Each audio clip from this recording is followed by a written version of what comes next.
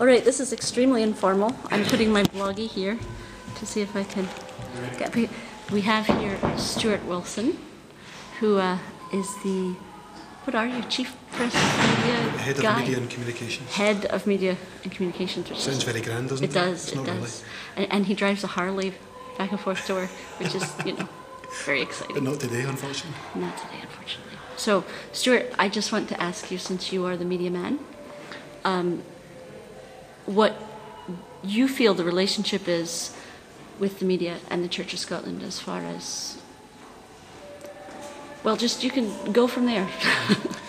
I think the relationship's changed certainly over the years. Time was at a General Assembly like this, we would have literally hundreds of members of the media here, including specific religious correspondents who would cover every single item that was being discussed at Assembly. What we have now is the mainstream media are less interested in what the Church of Scotland has to say, and there's a number of reasons for that. The growing secularisation of the Western Europe, and also because more and more newspapers, because of cuts, no longer have specialist reporters concentrating on religious matters.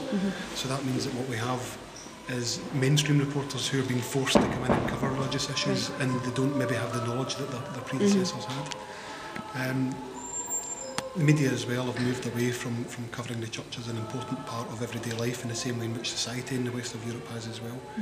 And unfortunately they're only really interested in controversial or quirky type stories concerning religion, which poses a great challenge. And where it goes wrong. Yeah, where it goes wrong. So if you have a minister who's had some sort of tragedy in their personal life, or who has, the old minister runs off with organist type story, the kind of tabloid angle, that's more of interest to the media than the kind of serious debates that we're having here this week, which is a shame.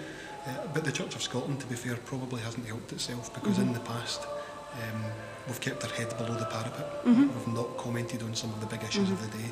We've allowed other denominations to come in and do that, and perhaps we've also allowed the voice of Christianity in Scotland to be an extreme voice, and that perhaps has forced society further away as well. I mean,